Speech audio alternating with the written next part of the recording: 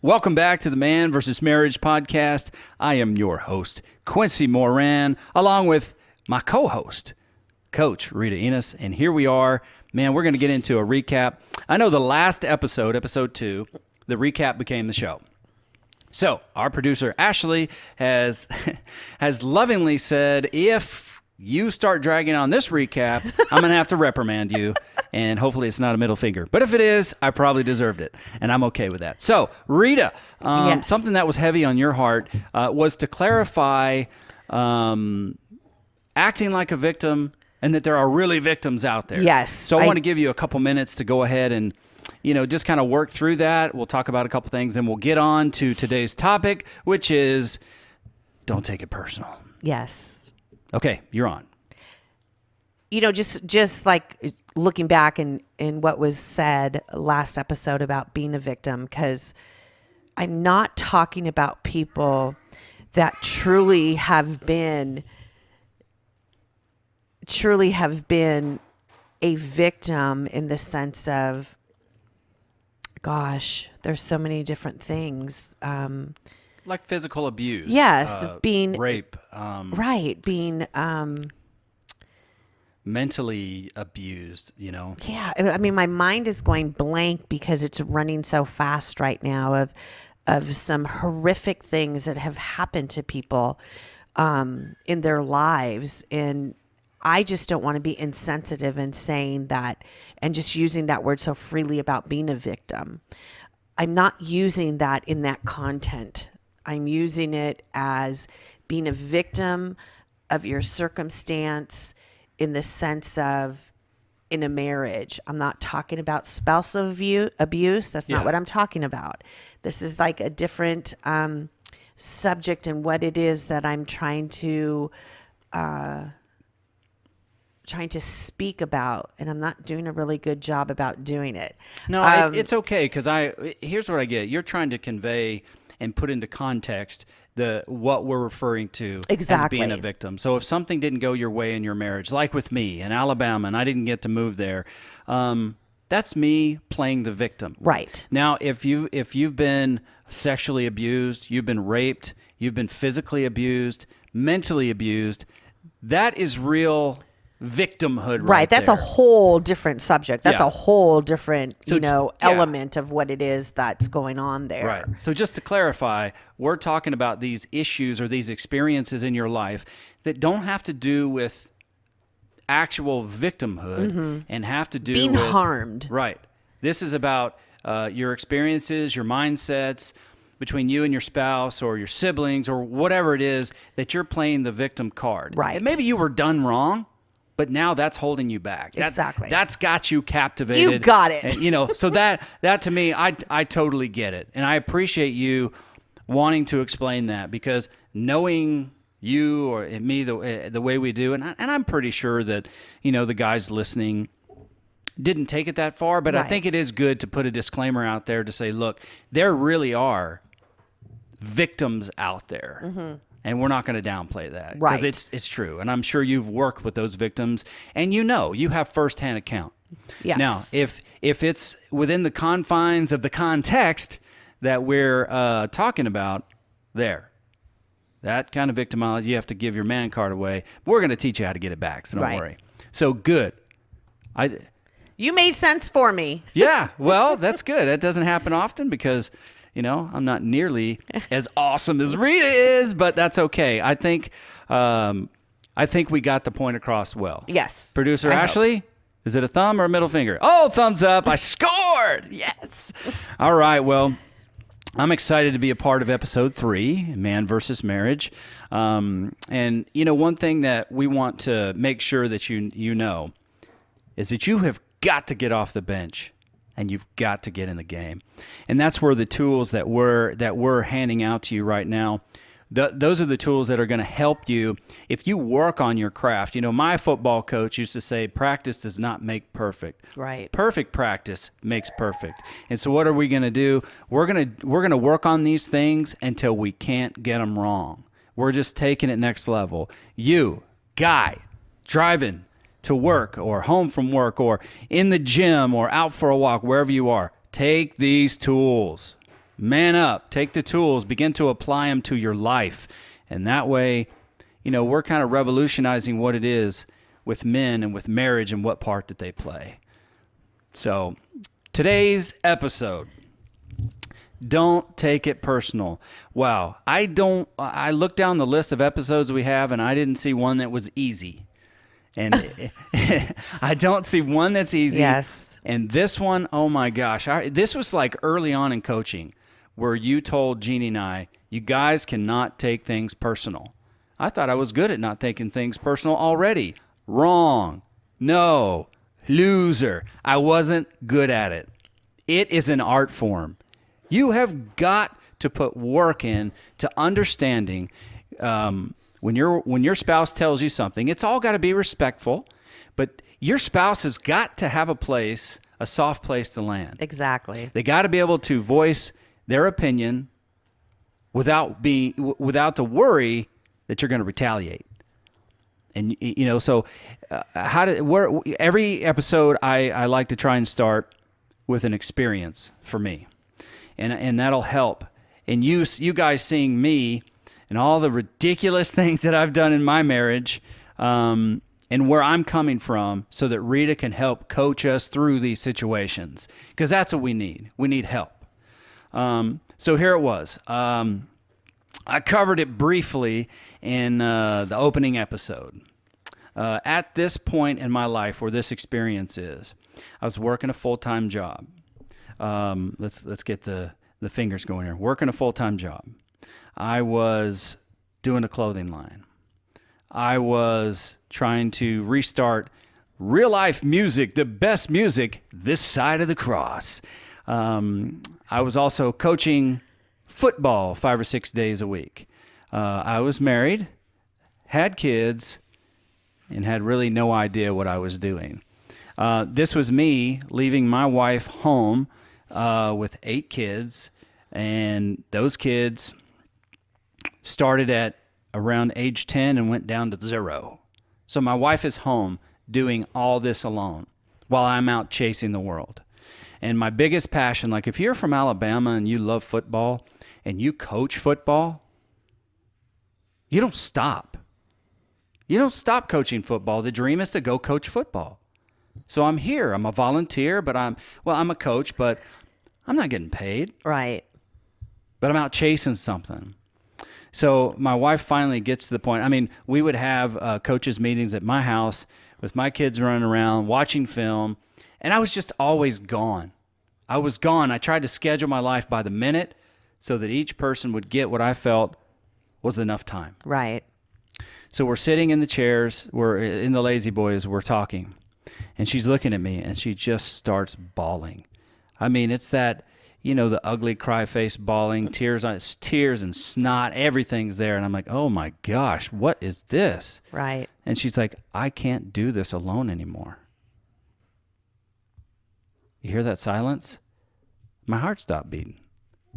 It's like, what are you talking about? You can't do this anymore. I'm here, for 6.7 minutes every day before I leave for work. I give you this much attention. It's like, You had it down. yeah, it's like I was trying to schedule myself that way so that everybody gets enough time, but I still get to go out and chase this dream and make a better life for my family. That was the whole premise for all these things I was doing. And she says, I need you at home. I can't do this anymore. And she is just bawling her eyes out. And just then I started to lift my foot towards my mouth so I could shove it in there real hard. I could just shove my foot in my mouth. Because the thought that was getting ready to come out, I felt personally attacked. Because she's like, where are you? You're not here. I can't do it by myself. And I thought, I got to say this. I made a personal commitment to my coaches in that football team, and they need me. They need me out there. And I stopped. And it's like I turned around within myself and looked at what I just said inside myself, and I said, are you stupid? Gosh, that sounds just like the pastor who was counseling me. It was an epidemic. Was he on to something? Yeah, I was stupid. So I thought there, and I said, hold on a minute. Wait right there. because there was a time in my life where I felt like I had to be a pastor. My papa was a pastor. My dad was a pastor. I couldn't live unless I was a pastor. And then there was a time in my life where I said, I have wanted nothing to do with this. And then there was a time in my life where I said, I have to be a football coach. But what settled in me in those few moments, so I didn't say it, was this. What was the common theme I heard from pastors and football coaches? If I had to do it all over again, I would have spent more time with my family. You can't get that back. No. You can't get it back. So I stopped right there. And in that moment, I kind of made a decision to say, I have to do something differently here. Now, I did take it personal per se,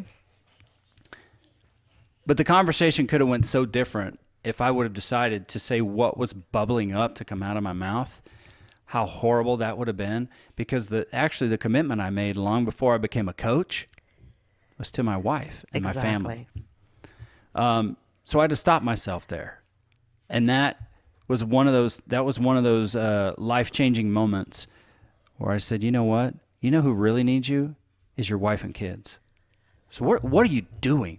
What are you chasing? So that's one of the many experiences there where my wife had to have a hard conversation with me. Now, look, she knows I'm a fanatic when it comes to football. She knows I love Alabama football. I love to watch football. I love to break it down. It just brings me so much joy and satisfaction, the game. Right. So her building up the courage to say this was monumental. Yeah, it was monumental. So that was the day I decided it was time for me to leave coaching. It could have went so much worse though, because I did take it personal in the beginning. But and why was that? Why, when you look back, why was it that you took it personal? Like, not to take it from where it is that she was coming from? Because when you're young and you're married and you're having kids, you're struggling financially. Right. We were struggling financially, which is common. But it's like, don't you see what I'm trying to do for this family? I'm sacrificing all this time with you guys for the opportunity to make a better life. Mm-hmm. When the better life was really being there with them. It was right in front of you and you were just missing it. I was missing it. Yeah, I will never forget the way that Jeannie looked when she was bawling. I mean, I've never seen her cry that hard. So I'm really glad I didn't say those boys and those coaches, they need me. I'm glad I had a moment to stop and realize that my wife and my family needed me the most. And I stopped and reinvested myself. And it's through some of these conversations that we had, I realized what I was really doing. But yeah, that's the way we're going to kick off. Don't take it personal. How was that? Great. Gives me a lot to work with. Yes, it does. I see that smile on your face too, which is scary. It's scary, but it's good. So I'll hand it over to you. It's just an interesting conversation because of the culture that we live in, the era that we live in, because it's all about me. We live in that culture that, I'm looking out for number one. No one else is looking out for me. So we have that almost embedded in us. So when anything or anybody comes against the number one, we lash out. We have to defend ourselves. We have to protect ourselves. And we need to make sure that other person understands that. And it doesn't matter in what way that it's going to come out. So it is always interesting to me to bring up this subject when you are dealing with a marriage couple in front of you, is you can see the dialogue that's happening between them, is that what is happening is both of them are taking this very personal instead of stepping back and allowing your spouse to have that freedom to feel, to think, to go through those emotions of what it is that they're going through at that moment. Yeah. Without you taking it personally, even though it is about you. Yeah. And it is so hard to step outside of yourself and allow someone to express their feelings, their thoughts, their emotions to you when you're the prime suspect. Right. And it does take a big person. It does take you just taking a deep breath or just swallowing to listen to what this person is saying to you. Not this person, but your spouse that's sitting Right. before you, is to really take to heart what it is that they're trying to express to you, that you are going to be able to shut down all dialogue that's going on in your head in that moment, instead of thinking about what is the next thing that I could come back with. Yeah. And so many times, because we are so selfish, we do take everything so personally. We think everything is about us. Yes. That when conversations happen and those hard things need to be talked about, we instantly start taking everything so personal, when in fact, all I'm trying to do is express myself so that you can understand where it is that I'm coming from. Yes. And we don't allow that a lot of times in relationships. And so what happens is that resentment builds up. We have our own conversations with ourselves of how it is that, we're going to have the hard conversation. Right. And we dialogue with ourselves. Well, if she says this, then I'm going to say that. If he says this, then I'm going to come back with this. Well, remember, we just have this whole conversation built up in our head, instead of just sitting down and really having those hard things that need to be talked about. And like you said, it's creating that soft place to land. Yes. It's having that ability to say it's safe, that we come together and we can have a conversation. We're going to talk about these things, and I'm going to try everything within me not to take it personally, and to see where it is that you're coming from. And hopefully that we can move forward from this whatever conflict that we're having. Yeah. And the thing for me is, it's like, it seemed impossible at one point, because when, maybe she's just airing out her frustrations and saying, whether it's groceries or trying to pay the mortgage or trying to pay for car insurance, or the kids need diapers, or whatever the thing is, when she's complaining about it, here I was hearing, you're not enough. You're just not enough. You're not enough for me. You're just not enough for me. What you're doing is not good enough. That's not what she meant. That's how I took it. Right. And then when she says, I can't do this on my own, I need your help, what I'm hearing again is, I'm still not enough. Right. Look at all the things I'm trying to, look at all the sleep I'm losing. Look at all these things I'm trying to do. So you made it all about you instead did. of her. Yes. And the needs of what she was expressing to you.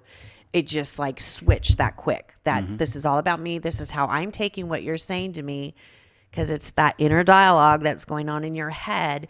And even though you may not be expressing it verbally, but your whole body language of what it is that you're telling her, and most likely she's just shutting down. Yeah. Where one day she just is just in that state of just crying and bawling her eyes out, because she's came to that point of such frustration. She has no other way to get it out. Yeah. And then you're sitting there like, wait, what? What do you mean? Yeah, I absolutely personalized all her frustrations.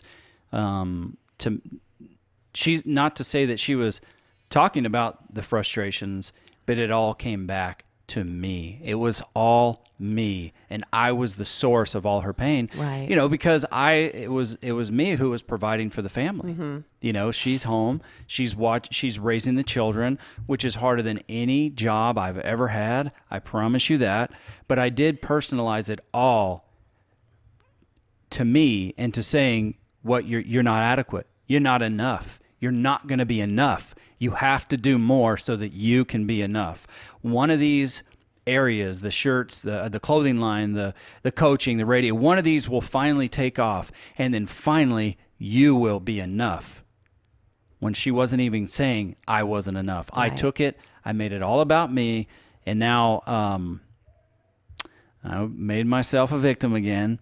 And see how that works? It's Yeah. it's really interesting how that unravels itself in the mixture of all of it in what it is that you're and it could just be such a simple conversation, and we just instantly turn it all about us. yeah, And when you do that, then of course you're making it about you and your hardships and woe is me, and don't you see me doing this and don't you see me doing that. yeah, When in turn it's just shut up and listen.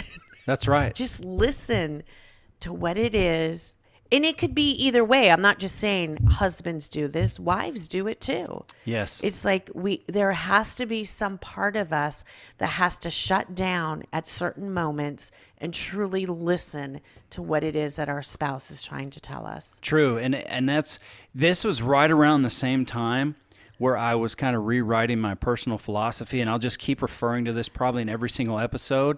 But it was where I developed this portion of my philosophy that said, listen more and talk less.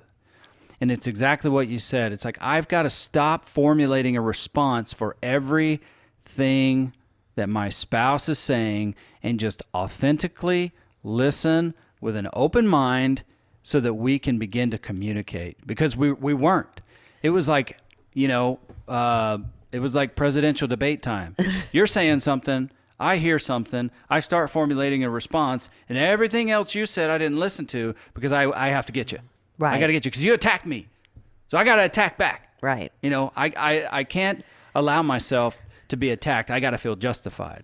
So these are all the things I'm going to think about so I can justify them. Because remember last week, whatever you did to me, I got to make sure you know about that to distract you from where I'm taking everything personal.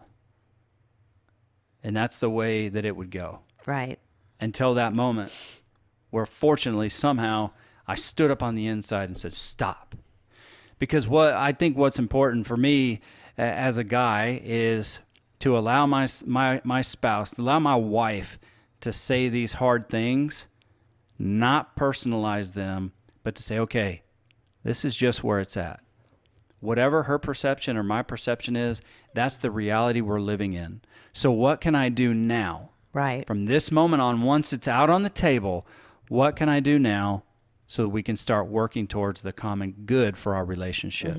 So it's like, okay, hard talk. There's the buzzword. Whatever your buzzwords become, it's time for us to sit and talk. You prepare yourself. You don't prepare yourself to retaliate. Those are the dreaded words. Yeah. We need to talk. Yes, it is.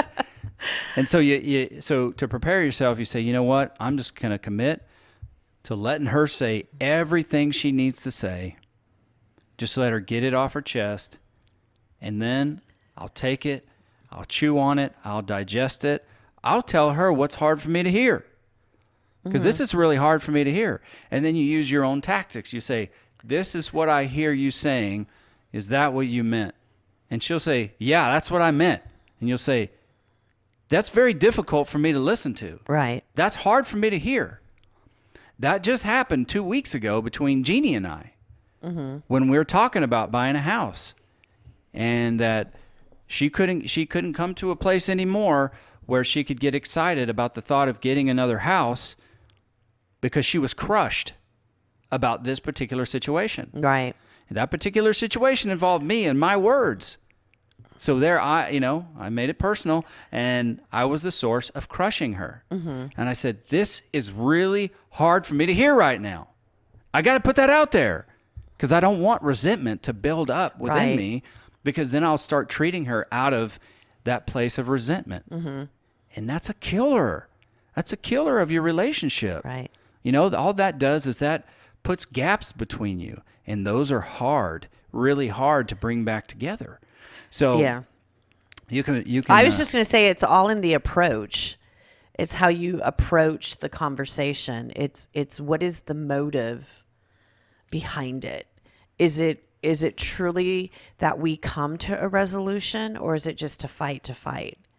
You know, it does take a lot of work to get to that place because I always call it, you know, it's either the Pandora's box that you're ready to open. It's the white elephant sitting in the room that nobody wants to talk about. It's everything that's swept under the carpet that hasn't talked about for years. And you're standing with this big, huge carpet in front of you and nobody wants to have these hard conversations. And it's how you have created your marriage when it's come to that point that you are so disengaged. You both really aren't listening. Right. It really doesn't matter what that other person is saying. We're going to take it personal anyway.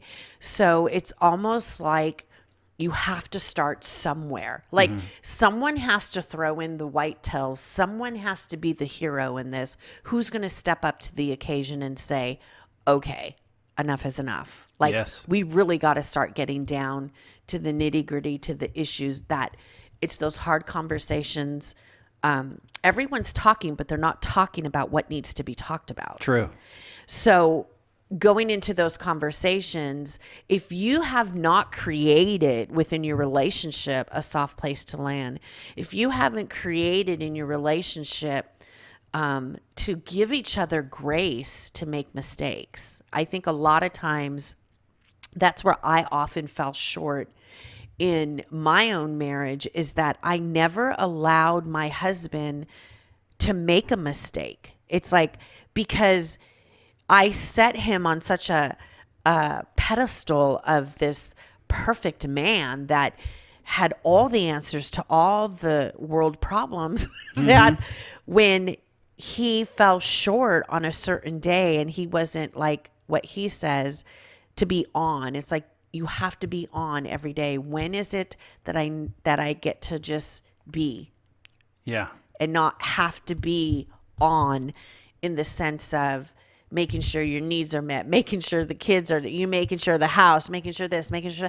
And when he said that to me, it's like I never really realized the amount of pressure that a man carries to have everything right. Yes. If that makes any sense. Oh, you're talking to the right guy. Absolutely. You know, so it was me being insensitive of not seeing where it was that he was coming from because I took everything personal.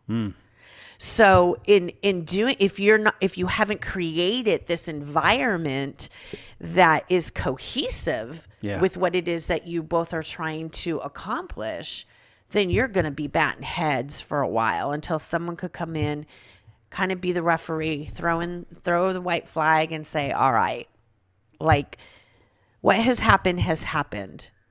How is it that we could move forward and let's not take everything personal. Let's work through this. Exactly. Because sometimes you just need that other person to come in with clear eyes and have no emotions invested whatsoever. Right. Because in those moments, in those instant, it's just like the emotion of everything is such at a high pinnacle that it's just like, okay, we just need to put those down just for a minute, and let's just look at this on a clean slate. Yes. Which sometimes is very, very hard to do. Extremely. It's excruciating to do that. Yep. You know, and so many things that you said. One thing that I would say to you guys is this. Listen, guys, let me get your ear here. Rita said that somebody needs to be the hero. And I think us as dudes, we all want to be Hercules or Superman. Somebody's got to throw in the white towel. Okay? So why not you?